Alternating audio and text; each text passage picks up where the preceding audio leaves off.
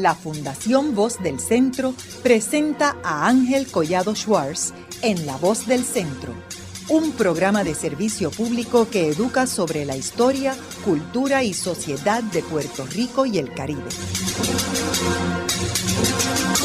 Saludos a todos. El programa de hoy está titulado El fenómeno y la tragedia de Donald Trump. Y hoy tenemos como nuestro invitado al licenciado Carlos Ramos González, quien es profesor de Derecho en la Facultad de Universidad Interamericana. Donald Trump es uno de los personajes más interesantes y más importantes de este siglo XXI. Él fue el 45 presidente de los Estados Unidos. Y nos preguntamos por qué es importante el presidente de Estados Unidos y por qué es importante asignarle un programa a este personaje. Primero, porque el presidente de los Estados Unidos es la persona más poderosa del mundo en este momento, en el siglo XXI. Segundo, que para Puerto Rico, el presidente de Estados Unidos es nuestro jefe de Estado, porque Puerto Rico es una colonia, o como dicen los estadounidenses, un territorio no incorporado de los Estados Unidos que pertenece, pero no es parte de ellos. Pero el jefe de Estado de Puerto Rico es el presidente de los Estados Unidos. ¿Y quién es Donald Trump?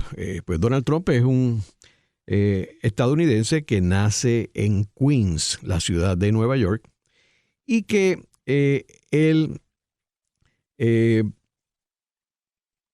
se desarrolló en la industria de construcción. Su familia tenía una firma de construcción. Él fue el sucesor de su padre, se llamaba Fred Trump.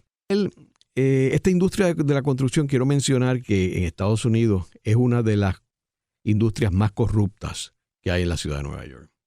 Y él trabajó en esa industria desde que comenzó su carrera y luego entró en el mundo de la televisión, donde tenía un espectáculo que se llamaba el Variety Show, que tenía unos ratings muy altos y fueron los que le dieron una prominencia a nivel nacional, porque antes era más bien limitado a la ciudad de Nueva York. Donald Trump sale electo presidente en el 2016. Quiero mencionar que antes de él lanzarse para presidente en el 2016, nunca había sido electo para ninguna posición. Él no tenía ninguna experiencia gubernamental ni política, y de hecho no estaba capacitado para ocupar ninguna posición electiva. Luego vemos que Donald Trump, quiero mencionar que en esta elección del 2016, él se lanza contra un grupo de políticos del Partido Republicano, y que en aquel momento se encontraba en la delantera el gobernador de Florida, Jeb Bush, hermano de George W. Bush. Y todo el mundo pensaba que él tenía la candidatura en el saco. Sin embargo, Trump fue uno tras otro y lo fue eliminando hasta que prevaleció en las primarias para la presidencia. En términos de las elecciones del 2016, tenemos que recordarnos que esas elecciones en términos de voto popular, Trump las perdió por 3 millones de votos. Pero como en Estados Unidos lo que elige el presidente es el colegio electoral, pues él prevaleció en 3 estados que ganó por encima de Hillary Clinton. Y lo interesante es que el total de votos de esos 3 estados que le dio a él la presidencia fueron 80,000 votos. O sea que él llega a la presidencia en realidad por 80,000 votos en los estados de Wisconsin, Michigan y Pensilvania. Que esos 3 estados él los gana por un margen pequeñito. Luego en el 2020, irónicamente, en ese momento Hillary Clinton no alegó que le habían robado las elecciones, ni mucho menos. Él juramentó, no hubo ningún problema, como ha sido tradicionalmente la situación de Estados Unidos. En el 2020, él pierde por 7 millones de votos y pierde el colegio electoral. Y estas es las elecciones que él dice que se las robaron, porque él estaba claro que nunca iba a admitir que estas elecciones las iba a perder. Quiero mencionar que cuando me hablé de la industria de la construcción, Cuando él tenía sus negocios, él tuvo un total de 6 quiebras en sus negocios. Quiebras como por ejemplo en el 1991 el Taj Mahal, en el 1992 el Trump Castle Hotel Casino, en el 92 también Trump Plaza Casino, Trump Plaza Hotel en el 92 también, en el 2004 y en el 2009. Estas quiebras no fueron personales, fueron corporativas, lo cual significa que tú no le pagas a las personas que le debes y vuelves y comienzas con otra corporación y coges este dinero prestado y tampoco le pagas. Eso no es, o sea, ningún presidente de Estados Unidos había llegado a la presidencia con este trasfondo. Sin embargo, él llegó. Él es una persona que se le ha dicho que no es una persona emocionalmente estable, y sus actuaciones así lo demuestran. Desde el punto de vista psicológico, se habla que es una persona narcisista, que se ve como él viste, como el peinado de él.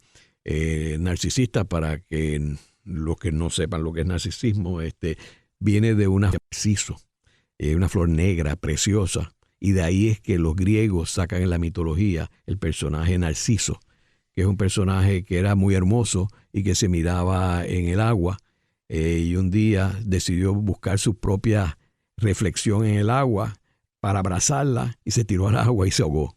Esa es la anécdota y lo que significa una persona narcisista, una persona que está enamorado de sí mismo y que es el centro de atención de todo.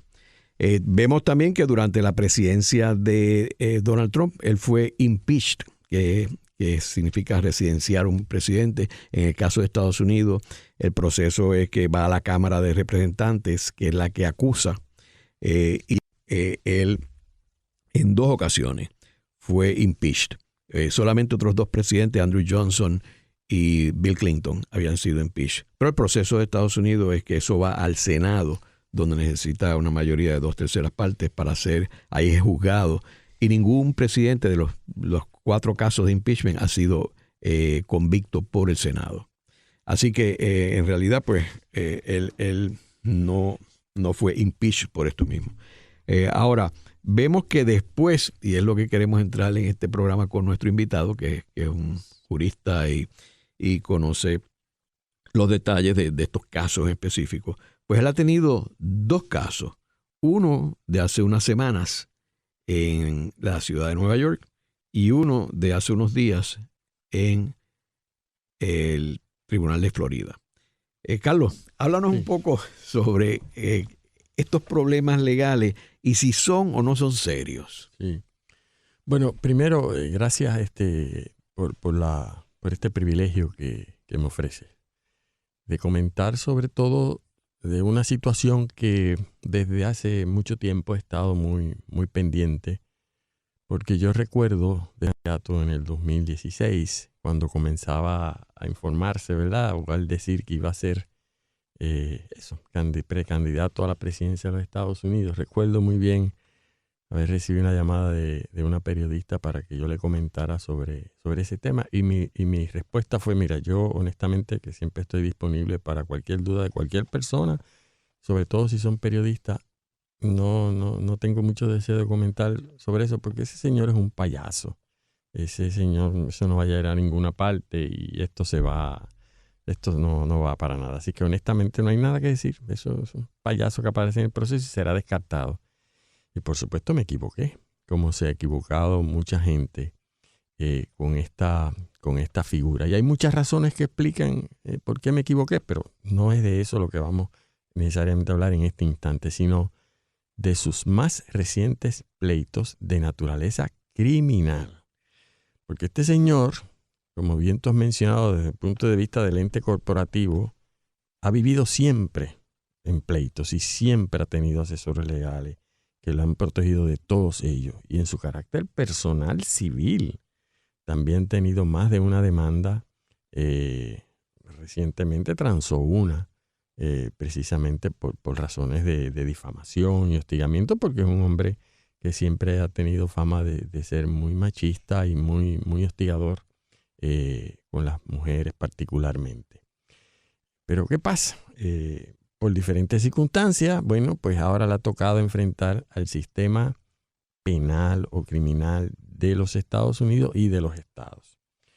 Y uno de ellos, el primer caso de varias investigaciones que tiene en otros estados y en el propio gobierno federal, es el que pues, se dio hace poco en el estado de Nueva York, que está corriendo todavía, que tiene que ver con violaciones a la ley electoral de Nueva York, el uso de dinero del proceso electoral para todos los efectos chantajear a una mujer con quien él había tenido una actriz porno, relaciones sexuales y extramaritales, de tantas que ha tenido ese señor y que se conocen públicamente.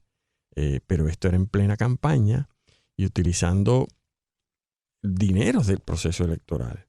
Trató de, y en efecto le paga a esa mujer para que no hable, como en efecto no habló prácticamente durante el proceso electoral, pero lo hace en violación a las leyes del estado de Nueva York, que desde hace tiempo lo está velando con relación a sus ejecutorias corporativas en Nueva York, que tiene más de un pleito también, y ya de hecho había sido multado y encontrado, entre comillas, convicta civilmente algunas de sus corporaciones. Este señor, que en sus últimos años, que yo sepa décadas, vivía en Nueva York, decide finalmente irse de Nueva York porque ya ese señor lo estaban buscando, como quien dice, civilmente en Nueva York. Ya no puede hacer negocios en Nueva York, entre comillas. Todavía tiene su famosa Trump Tower que ha visitado Nueva York y sobre todo Manhattan. Estoy seguro que lo ha ido a ver porque sigue siendo cada vez más un espectáculo y por eso vive en la Florida. Bueno, ese pleito está corriendo, está acusado. No se le fijó fianza ni unas condiciones particulares, excepto la prohibición de comunicarse con cierta gente y de hacer ciertas expresiones. Y está pendiente de verse, está corriendo. Ya van por la fase, sucede en todo procedimiento criminal estatal, descubrimiento de pruebas, intercambio de información, para entonces prepararse para juicio. Que bueno, veremos a ver si finalmente se da antes de las próximas elecciones. Pero a él lo están investigando también, como sabemos, el gobierno federal desde una perspectiva también criminal, penal, por lo menos, que me venga a la memoria, en dos. Uno, el más reciente, que vamos a comentar ya mismo, y otra que no ha concluido. ¿Cuál es su nivel de participación en el asalto al Capitolio en enero 6, de hace ya un par de años?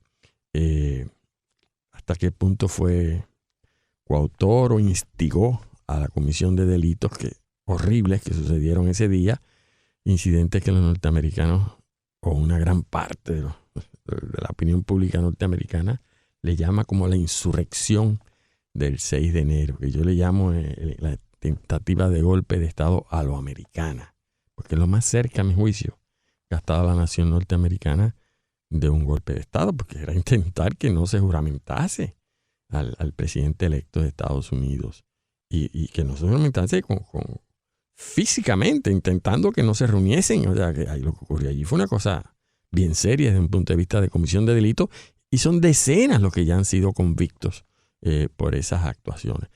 Bueno, como eso todo sucedió después que él había pedido y participado en un meeting muy cerca del Capitolio, donde hay expresiones que él siempre ha interpretado que fueron parte de su ejercicio de su libertad de expresión, pero que para otros quizás constituyen la incitación a cometer ciertos delitos, pues está siendo investigado.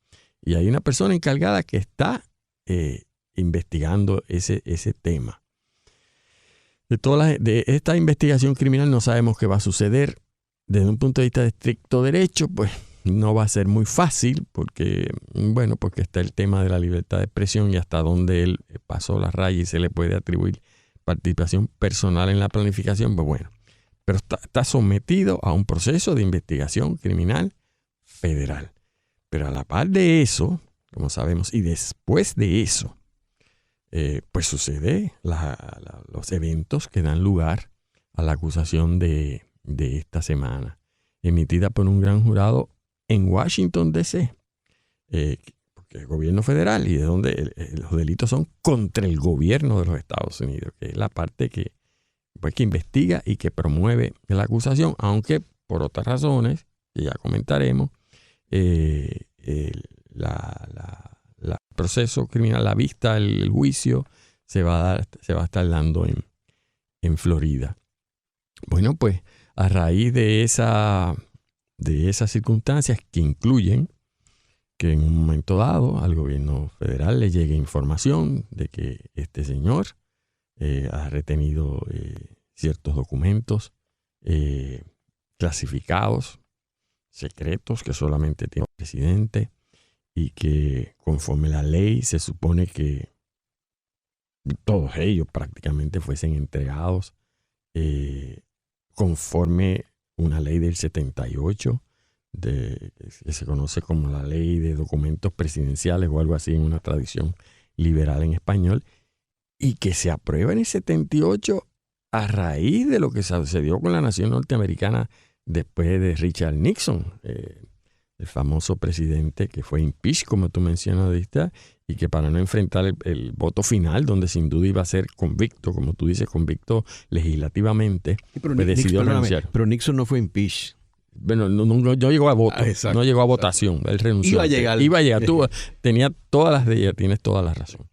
Pues a raíz de eso, sobre todo porque la ley no era clara, si alguien había destruido documentos era Nixon, aprueban esta ley que crea la obligación en los presidentes y una relación directa con el sistema de archivos nacional que tú comentarás, National Archives, que le prohíbe disponer de esos documentos. Bueno, pues este señor,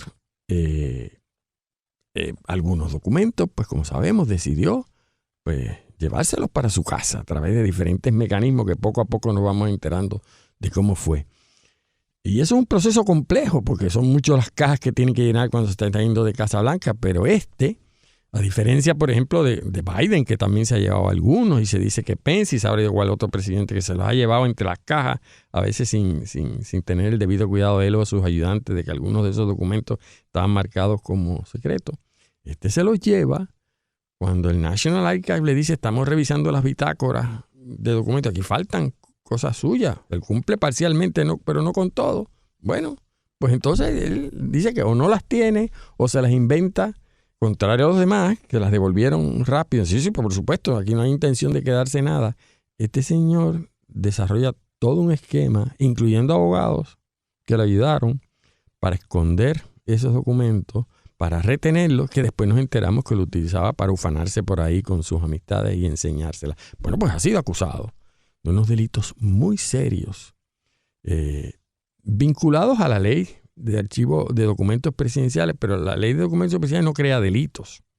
Define unas conductas que tiene que hacer el presidente. Los delitos están en el Código Penal Federal, el título 18, particularmente las disposiciones relacionadas con espionaje.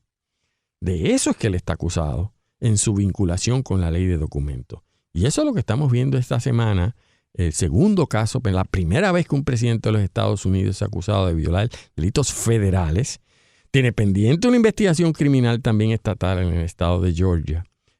O sea que estamos empezando a ver toda una serie de enfrentamientos de la persona, no de las corporaciones, de la persona de Trump en el sistema judicial federal y estatal criminal de los Estados Unidos contra este individuo. Quiero comentar sobre el Archivo Nacional, National Archives, que es una institución en Washington que protege y es el custodio de todos los documentos de la nación. Esto originalmente era el Library of Congress y esto desarrolló en esta institución. Quiero mencionar que esa institución tiene control de todos los documentos. Cuando un presidente termina su término, y hay una tradición desde Franklin D. Roosevelt que es crear unas bibliotecas presidenciales.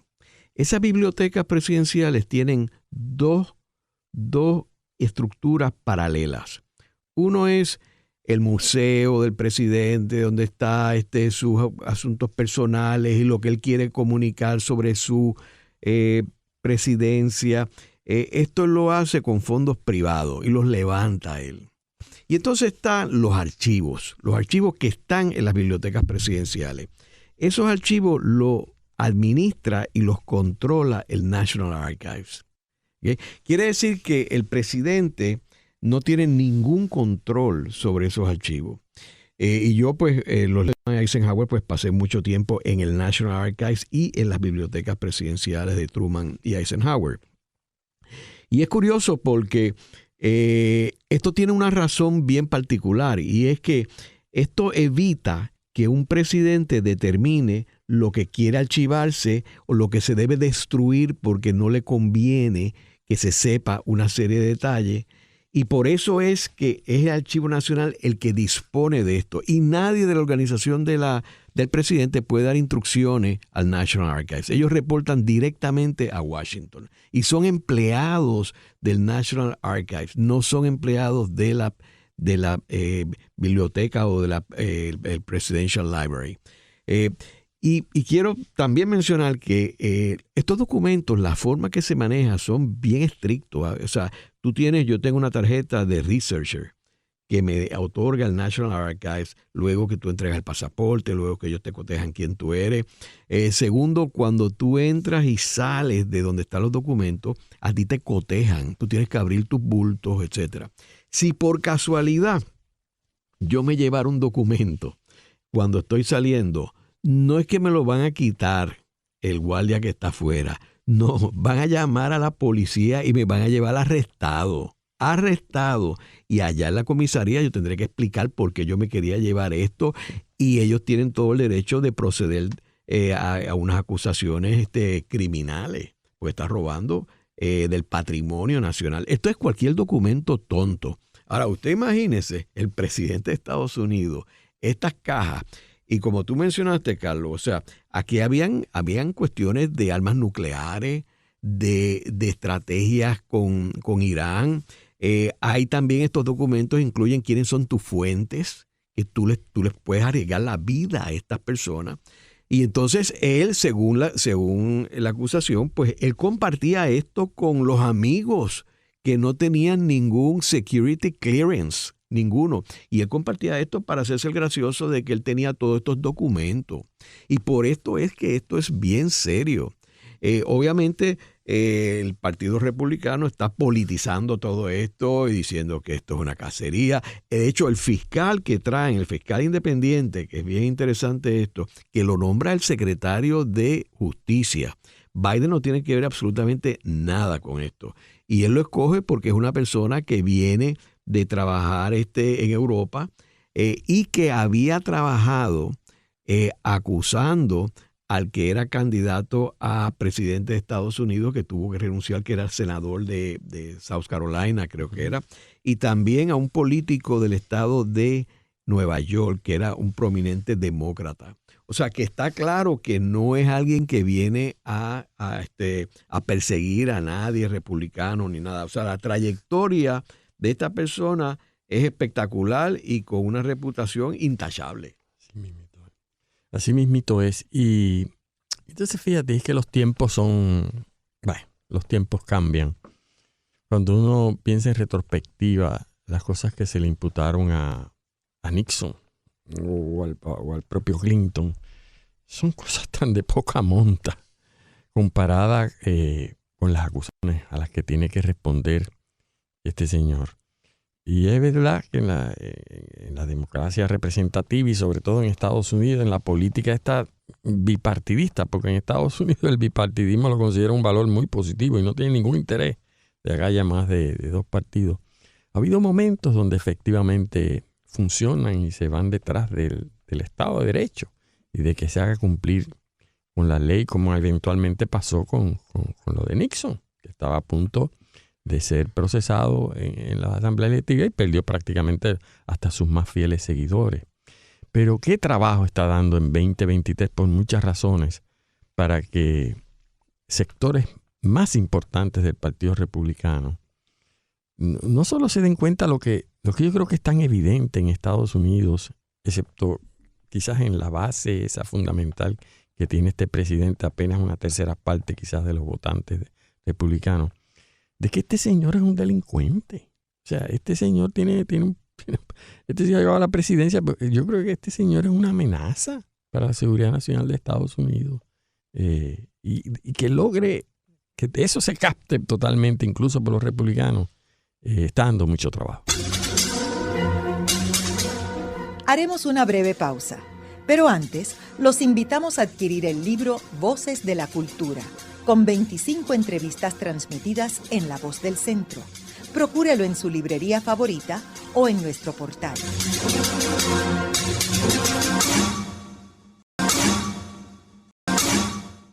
Radio Funglode.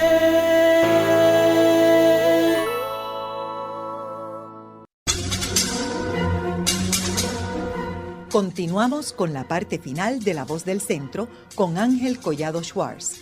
Pueden enviarnos sus comentarios a través de nuestro portal www.vozdelcentro.org. Continuamos con el programa de hoy titulado El fenómeno y la tragedia de Donald Trump. Hoy tenemos como nuestro invitado al licenciado Carlos Ramos González, quien es profesor de Derecho y ex decano de la Facultad de Derecho de la Universidad Interamericana. En el segmento anterior hablamos del trasfondo de Trump como desarrollador y las 6 quiebras que tuvo en el estado de Nueva York, los 2 impeachment que tuvo como presidente, que las 2 elecciones que se ha presentado, una las ganó, pero perdió el voto popular, y la segunda pues perdió el voto popular y el voto electoral. Y hablamos de las acusaciones recientes. Pero yo creo que vale la pena también pensar y analizar por qué se da el fenómeno de Donald Trump y quién es el que lo respalda.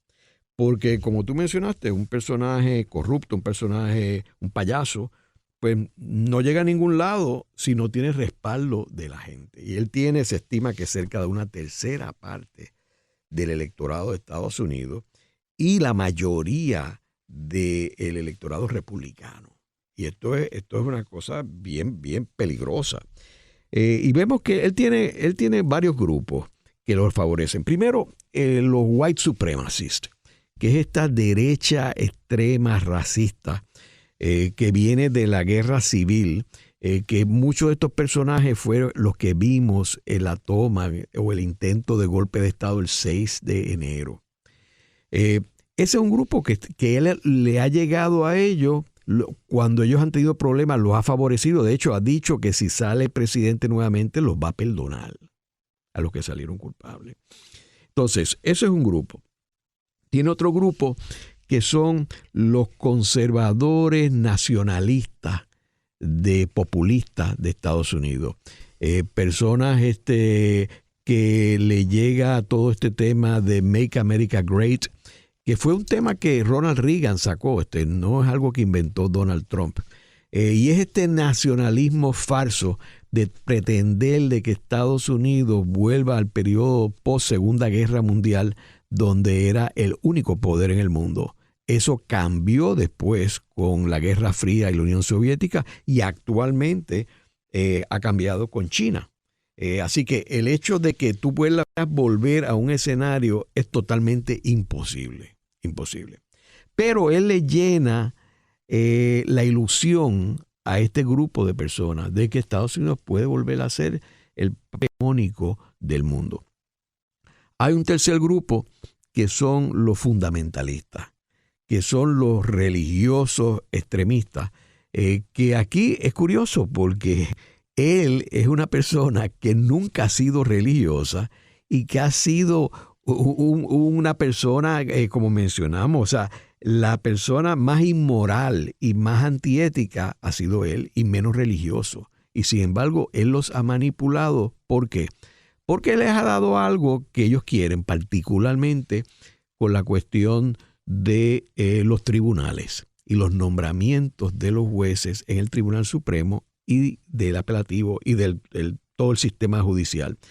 Y lo logró porque y tuvo la suerte de poder nombrar 3 miembros al Tribunal Supremo que pudieron revisar la ley del aborto y prohibir el aborto. Y eso es lo que este grupo fundamentalista en realidad ambicionaban y nadie se lo había podido proveer. Y él, con un acuerdo con Mitch McConnell, que era el portavoz de la mayoría en el Senado, lograron boicotear el último nombramiento de Obama, que era el que es ahora secretario de Justicia, Garland, que era juez del apelativo, una persona intachable. Y ni siquiera lo puso para verlo en el comité. O sea, lo bloqueó esperando que ganaran los republicanos. Y ganaron los republicanos. Y después, con la suerte de que la juez Ginsburg insistió con todo y que se estaba muriendo de no renunciar y no darle la oportunidad a Obama que la sustituyera, pues ahí hubo otro escaño y el otro también que fue el que renunció. Así que fue una fortuna que tuvo este grupo de que Trump jugó el juego perfecto como ellos lo querían. Y el cuarto grupo es un grupo de empresarios, hombres de negocio, que lo que le interesa es sencillamente el dinero y no le importa ninguno de estos otros puntos. A eso que viene que una de sus primeras legislaciones fue reducir los impuestos contributivos corporativos. Y luego también trató de eliminar el Obamacare, y si no hubiera sido por John McCain, lo hubiera podido eliminar. Así que este grupo de extrema derecha en términos de los negocios es otro grupo que los respalda. Entonces, cuando uno une todos esos pedacitos, todos esos 4 pedacitos, ahí que tienes este 30%. Pero él no tiene el voto de los demócratas ni de los independientes, que es el grupo que no pertenece a ninguno de los partidos. Entonces, otro elemento importante es que si uno estudia la forma de hacer política de Donald Trump, de Adolf Hitler, ve unos paralelos espectaculares. Desde los manerismos al hablar, desde los mensajes que Joseph Goebbels, el ideólogo propagandista de Hitler, quien no era ningún tonto tampoco, era un tipo con un doctorado de la Universidad de Heidelberg en filosofía. No era ningún rufián de la calle. Una filosofía que es que la mentira, la clave de la mentira es repetirla. Y tú la repites y la conviertes en verdad. Y todas estas estrategias de Adolf Hitler, particularmente los mítines políticos, cómo los organizaba, cómo los estructuraba, el uso de la música, el uso de las imágenes, el uso de los eslogans, todo esto viene de una filosofía que la perfeccionó Adolf Hitler y lo vemos repetido aquí en Donald Trump. Así que esto todo lo hace un personaje extremadamente peligroso y por eso tiene el tercera parte del voto popular en Estados Unidos.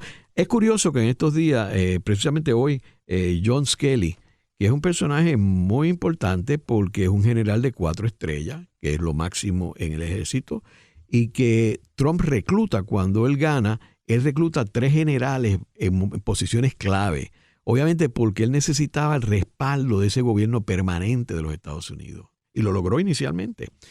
Y John Skelly lo nombra al Home Security y luego lo lleva a la Casa Blanca como Chief of Staff. Y él hace unas declaraciones en el día de hoy que decía, y lo resumió, que Donald Trump era una persona flaw, o sea, defectuosa. Fue el término que él usó. E insalvable. O sea, una persona, alguien es defectuoso. Así que es curioso los análisis de las personas. De hecho, al final de su término, él pretendió buscar la forma de dar un golpe de Estado con los militares.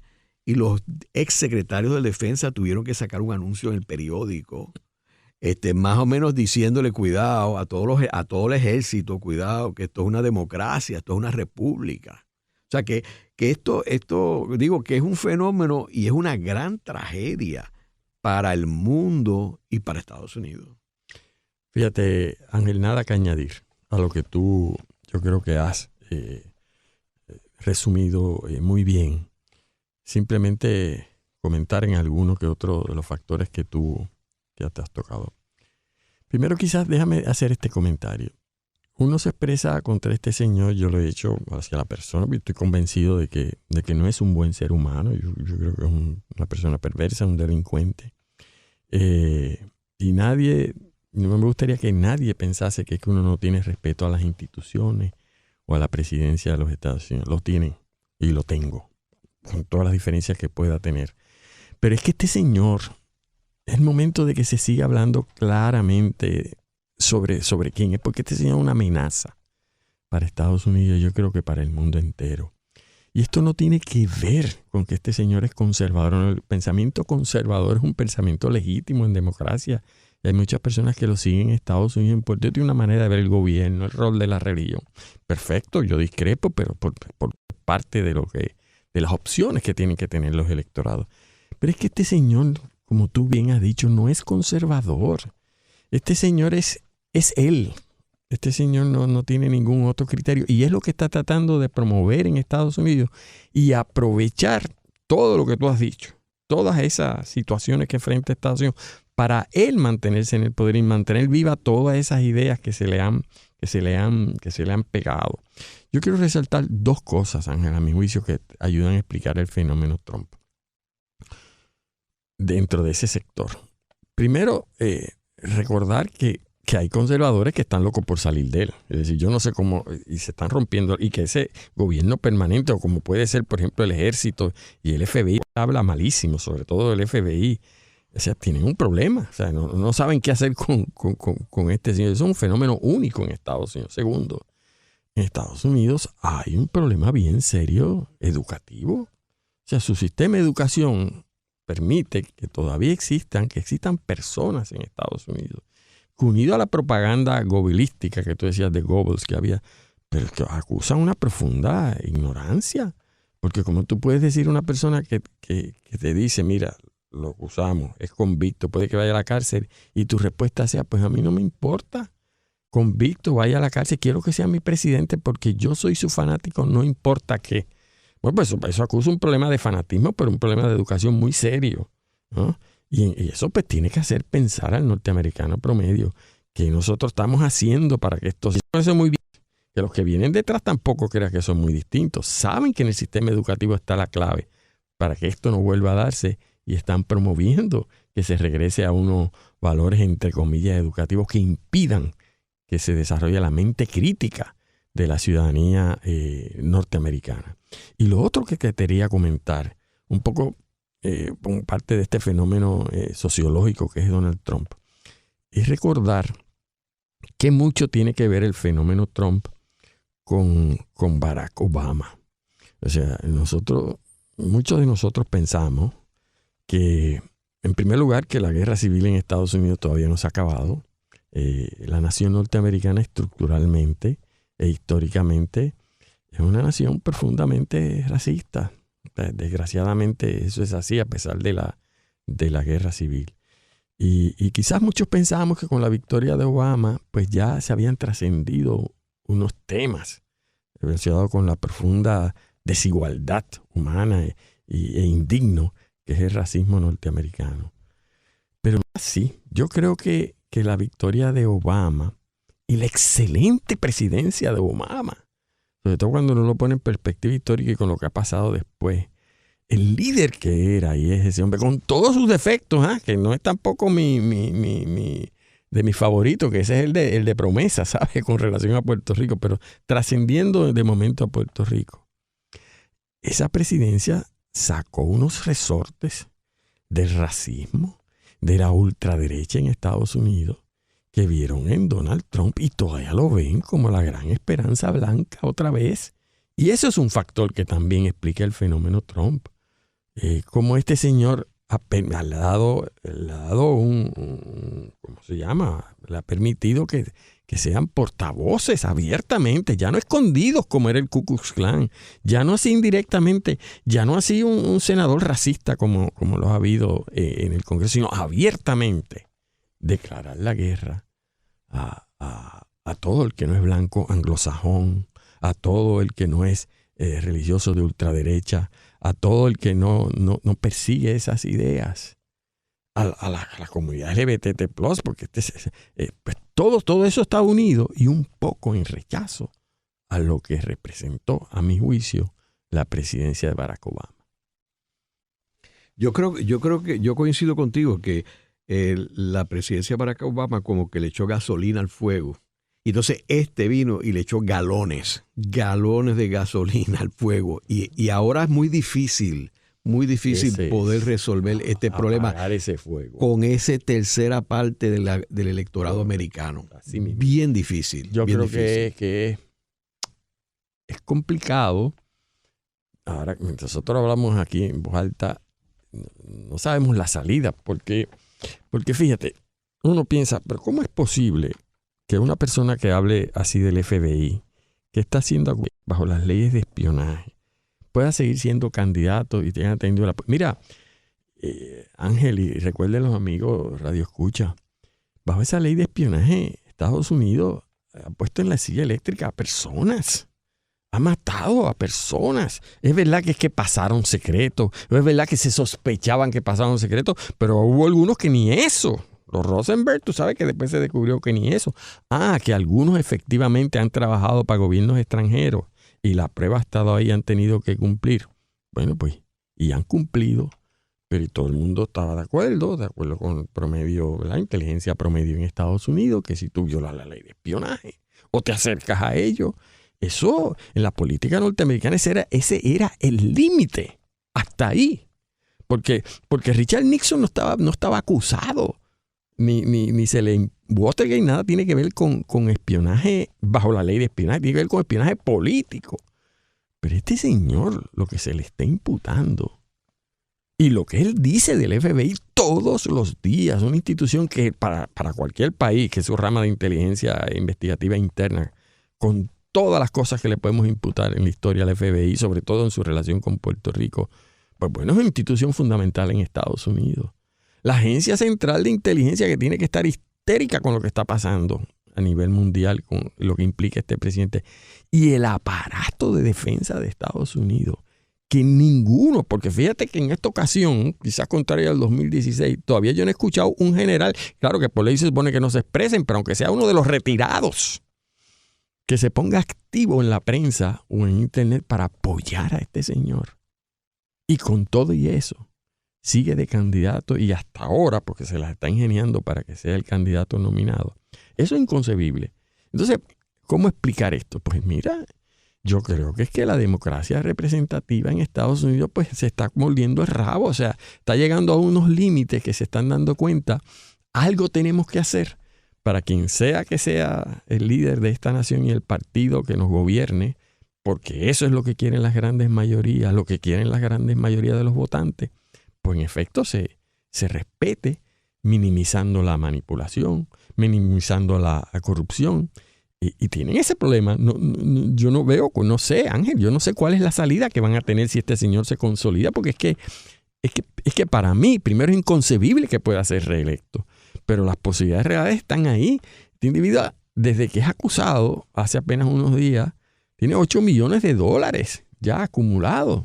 Y en la nación norteamericana, por lo que hablábamos ahorita, el dinero lo puede todo. Son capaces de vender.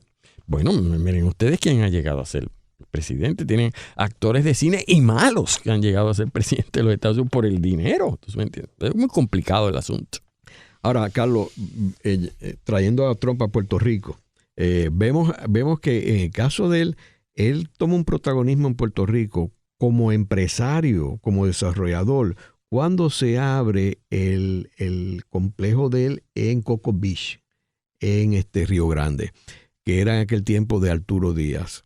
Y se trae a él lo que da es el nombre para cambio de unas igualas, etcétera. Ese proyecto después se fue a la quiebra, ¿okay? Y ahí hubo dinero del pueblo de Puerto Rico que se pagó, él ganó dinero, él no perdió un solo centavo. Uh-huh. Pero de eso él no habla. Entonces tiene la osadía de acusar a los puertorriqueños de corruptos, que los puertorriqueños son corruptos. Él, sobre todo, acusar a Puerto Rico de un país corrupto y de vago. Y lo que ha sido con Puerto Rico ha sido extremadamente despectivo.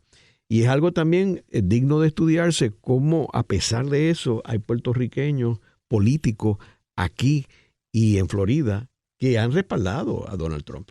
Así, a mí me parece eso un fenómeno también digno. Algo tiene que ver con lo que tú decías ahorita, porque piensan que si llega a ser presidente, pues entonces ahí lo necesitamos para adelantar ciertos intereses, que es el proceso de racionalización clásico. Y él ha dicho y él dijo en una reunión que estaba dispuesto a cambiar a Puerto Rico por Groenlandia. Mira, eso es así. Y precisamente, como lo acabas de decir, yo repasando anoche las notas donde se da a conocer eso. Y para el amigo que nos está escuchando que crea que esto son cosas que Ángel Collado está diciendo aquí o el profesor Ramos está diciendo aquí porque lo reportó la prensa. Eso está publicado en el libro The Divider de Peter Baker y Susan Glazer. Eso está publicado, que son periodistas de New York Times, en los trabajos sobre Trump de la periodista Maggie Haberman. Y lo que ese señor ha dicho de Puerto Rico, que se cita textualmente. Por eso yo no puedo entender cómo en Puerto Rico hay gente que lo apoye. Cuando se discutía el tema de Puerto Rico, tanto en el contexto de María, porque siempre decía, nos sale muy, muy caro. Decía él en la reunión relacionado con este tema, decía él, no podré, casi voy a citarlo, no podemos hacer algo con Puerto Rico. Divest, él usa la palabra divest, que quiere decir cómo podemos salir de Puerto Rico. Y dice él, y lo cito, y se menciona en este libro, dijo él en esa reunión, porque Puerto Rico es sucio y su gente es pobre. ¿Cuánto le vamos a seguir dando a esa gente? Puerto Rico es uno de los sitios más corruptos de la tierra. ¿Ok? Y a propósito, yo he sido el mejor presidente que ha tenido Puerto Rico en toda su historia. Entonces, y dentro de ese contexto es que trae el tema que tú dices. Este señor tenía la obsesión, por diferentes razones que no voy a explicar ahora, de que Estados Unidos tenía que adquirir Groenlandia. Él tenía esta cosa con que los intereses de Estados Unidos estaban mejor protegidos si se tenía el país de Groenlandia. Entonces, dentro de este contexto es que él dice, si esta gente que es sucia, pobre como son, que es un activo, que es una propiedad que deberíamos salir de ello. Y a propósito, que él decía, y con sobrada razón, pero lo decía por sus prejuicios, constitucionalmente tenía razón, pero lo decía, pues él decía, pero si esa gente no es parte de Estados Unidos, esa gente nos pertenece, pero no es parte de Estados Unidos. Y sus asesores le tienen que decir, no, es desde el punto de vista de lo que estamos hablando aquí, es Estados Unidos. Pues ahí es que él sugiere, pues no, esta gente, vamos a hacer un intercambio, vamos a cambiar Groenlandia por Puerto Rico. Groenlandia era de Dinamarca, en posición de Dinamarca, vamos a cambiarlo. ¿Y cómo es posible que entonces lo apoyen sectores en Puerto Rico y en los Estados Unidos? Pues uno, hay un elemento obviamente de lo que hablamos ahorita, porque no nos hablamos nosotros de profunda ignorancia, hay un tema de fanatismo, pero hay sobre todo esta teoría de que podría ser presidente, como quiera va a estar en el poder, no podemos quemar todas las naves por si algún día alguien necesita un contacto directo con él para que, entre comillas, le dé la mano a Puerto Rico. Y es que no puede ser. Yo creo que no puede ser. Eso hay que hablarlo, hay que denunciarlo. Cualquier persona en este país que apoye a ese individuo, pues tiene que dar explicaciones. Y que diga cómo puedes apoyar a un individuo que piensa sobre esto, sobre tu país y tu gente. Y eso aplica, y yo sé que este programa se escucha en muchas partes del mundo, a los residentes de la Florida. Muchos de ellos este año, en las últimas elecciones, más que antes, aumentaron el número de votos republicanos a favor de ese individuo y lo que él representa, porque repito, detrás de esta idea de Trump hay otros candidatos. Eso es algo que requiere reflexión y requiere que se hable y que se diga y que se exijan explicaciones. Abundando en ese tema, Carlos, me parece también interesante en estos días, ayer creo que fue, que él dice que de salir electo presidente, él va a nombrar un fiscal independiente para investigar a Biden. Primero, con ese comentario está hablando de cómo él ve el Departamento de Justicia como una herramienta, una extensión de su Casa Blanca, porque el que nombra el fiscal especial, tú sabes que es el secretario de Justicia. Y se supone que sea independiente, por eso lo dice la palabra independiente. Y el secretario de Justicia nombró a este señor para él no inmiscuirse en esto. Entonces, este hombre ya a priori está anunciando esto, igual que va a perdonar a todos estos personajes que estuvieron en el intento de golpe de Estado el 6 de enero. Eso es horrible porque, mira, hay un concepto, yo creo que básico, que se repite mucho y que quizás muchas personas no entienden. Y usted podrá tener diferencia o puede tener grande admiración con la nación norteamericana y su gobierno y con la democracia y su naturaleza y la del resto del mundo. Pero hay algo fundamental que deberíamos estar todas y todos de acuerdo. Todo país organizado y todo gobierno debe aspirar a vivir en un Estado de Derecho. ¿Qué quiere decir vivir en un Estado de Derecho? Podemos que las leyes no dependan de una sola persona o de un dictador, sino que todos estén sometidos al imperio de la ley. Pero eso siempre se dice y hay dos varas. Está bien, pero se intenta que se esté sometido al Estado de Derecho. La prédica de este señor abierta, porque eso, por decir algo, esa es una de sus virtudes, abierta es: yo no creo en el Estado de Derecho. Yo no creo en el rule of law. Si a mí me están investigando, la razón por la que me están investigando es esto. Y no recuerden, no se olvide mi base, porque lo ha dicho así muchas veces. Y lo ha dicho, lo que voy a decir ahora lo ha dicho muchas veces. Ustedes lo que tienen que creer es lo que yo diga. Su verdad es la que yo diga y no la que ustedes escuchen en los medios que están todos comprados. Por lo tanto, yo soy la ley. Es casi como vivir, es como pretender que se elija a un dictador, a alguien que desprecia. ¿Cómo tú vas a decir que lo primero que vas a hacer es nombrar un inquisidor sobre lo que hizo Trump y perdonar a todos los que trataron de dar golpe de Estado? Bueno, pues entonces eso se acabó. No hay nada que hacer en Estados Unidos. Es curioso que este ataque a la prensa de fake news, esto viene de Adolf Hitler. Claro. Cuando llega al poder, destruye la prensa. Y la destruye con esto mismo, restándole credibilidad. Y también hay que recordar que Donald Trump hizo un comentario, y esto lo dijo abiertamente, que él podía matar a alguien en la Quinta Avenida, al frente de todo el mundo, y no le pasaba nada. Así mismo. ¿Sí? Y lo está viviendo. Y básicamente, te digo, si tú le dices a tu base, y hay gente que dice así mismo es, lo que tú vas a creer, la verdad es la que yo te dé. Yo hasta me he inventado, como me botaron de Twitter, yo me inventé mi propia sistema de comunicación contigo. Ahí está tu verdad, la única que tú necesitas creer. Y entonces, a la usanza de Hitler y otros, y de hoy día, los grandes autócratas hoy día, porque en el mundo hay muchos hijos e hijas de esa manera de actuar, es que tú usas la legitimidad vigente, logras ser electo a través de las estructuras legales vigentes, para entonces, una vez en el poder, hacerlo indecible por destruir esas estructuras vigentes y adelantar tus propios intereses personales o económicos o racistas, que fue obviamente ese es el caso de Hitler o de Mussolini o de los grandes dictadores del siglo pasado y de algunos modernos haciendo. Lo de Hitler fue fascinante. Hitler incluso aprovechó que había estado preso, ¿okay? Y el hecho de que había estado preso bien al principio, en los 20 y 30, cuando comenzaba el partido que se conoce como el Partido Nazi, pero el Partido Nacional Socialista, pues él logra eventualmente que lo nombren canciller, logra eventualmente que algunas de sus medidas sean aprobadas en plebiscito, aprobándolo el 90%, y al final destruyó su país y trató de destruir la humanidad. Voy a terminar el programa con una cita de Thomas Friedman, que es uno de los periodistas más prominentes del mundo y publica en el New York Times, que publicó ahora el 13 de junio una columna que dice que Trump está ambicionando que se rompa el sistema. Y dice, y puede que nos lleve allí pronto. Ese es el titular. Entonces dice, es un lugar donde las reglas son para los tontos, las normas para los idiotas, las edades no existen y las personas de alto carácter son prohibidas. Trump es uno como mencionamos al principio, uno de los fenómenos y una de las tragedias para el mundo del siglo XXI. No solamente para Puerto Rico y Estados Unidos, sino para el mundo. Esta ha sido una producción como servicio público de la Fundación Voz del Centro. Los invitamos a sintonizarnos la próxima semana a la misma hora. Y recuerden que pueden adquirir el libro Voces de la Cultura en su librería favorita o en nuestro portal.